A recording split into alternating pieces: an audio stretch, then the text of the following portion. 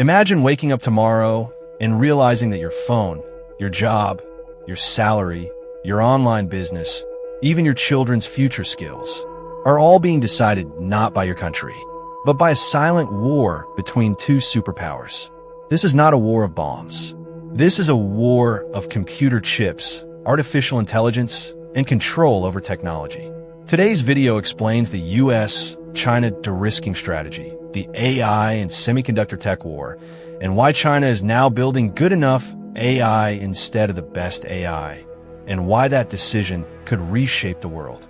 Stay till the end, because I'll also explain how this war directly affects your daily life, your job, your smartphone prices, and even your future income. Let's start with a very basic question. What does de-risking actually mean? De-risking means reducing danger. In simple words, the United States realized that it depends too much on China for very important technologies, and that dependence itself has become a risk. So instead of breaking all relations with China, the US decided to slowly reduce dependence in sensitive areas. This strategy is called de-risking. But here's where most people get confused. This is not decoupling, this is de-risking. Let me explain this with a school-level example. Decoupling means completely stop talking to a classmate. De-risking means still talk, but don't share exam answers or secrets. The US is not fully cutting trade with China. It still buys clothes, toys, furniture, etc. But it does not want to share powerful technology anymore. Why did the US choose de-risking? The US realized three major dangers. Number one, too much dependence is dangerous. If China controls key technology, it can raise prices, stop supplies, use it as pressure during conflicts. And this is where the real question hits. How does it raise prices, stop supplies, and turn trade into a weapon during conflicts? Basic rule of economics. If one seller controls something important and everyone needs it, that seller can increase prices. China controls a very large share of the world's rare earth materials. These materials are needed for smartphones, electric vehicles, wind turbines, military equipment. If China decides, we will sell less rare earth materials, then supply becomes low, demand stays high, prices automatically go up. Countries and companies have no choice but to pay more. This is not theory. China has used this strategy before during diplomatic tensions. Number two, technology can be used for military power.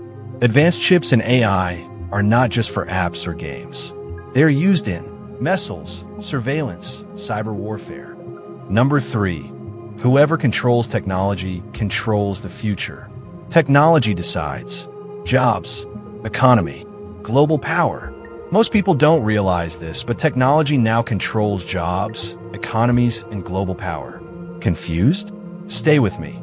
This will make sense in a minute. Technology decides jobs. How?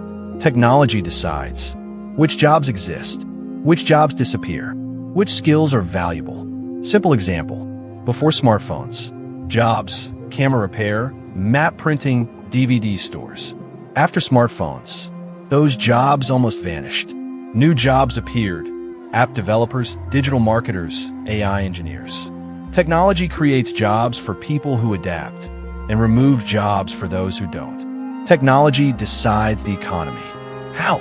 In the modern world, oil is no longer the most valuable resource. Technology is. The biggest companies today are tech companies. Why? Because technology increases productivity, reduces costs, scales globally.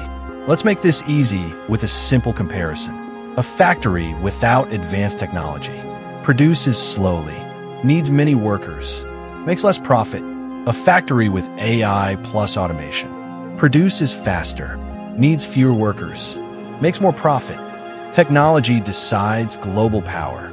This is where things become serious. Technology is no longer just civilian. It is strategic. Advanced technology is used in missiles, drones, cyber warfare, surveillance systems. Modern wars are decided by sensors, data, AI decision systems, not just soldiers. Influence and control. Countries that control platforms and standards can control data flows, influence information, set global rules. That's real power. So why did the US say, we must protect critical technologies? Because the United States understood one simple truth. If we lose control over key technologies, we lose control over our future. How the US protects technology. First, export controls. Don't sell the most powerful tech to rivals, China, Russia.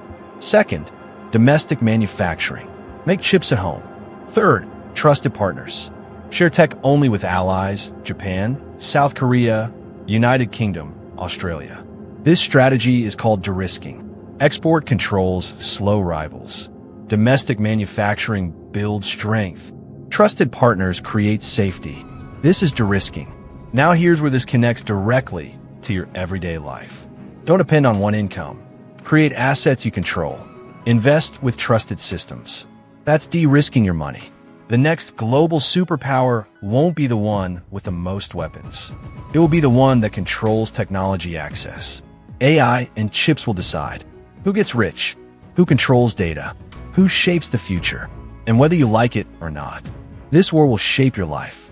If you want simple, honest explanations of global power, technology, and geopolitics, subscribe now, because in the modern world, being informed is the real power.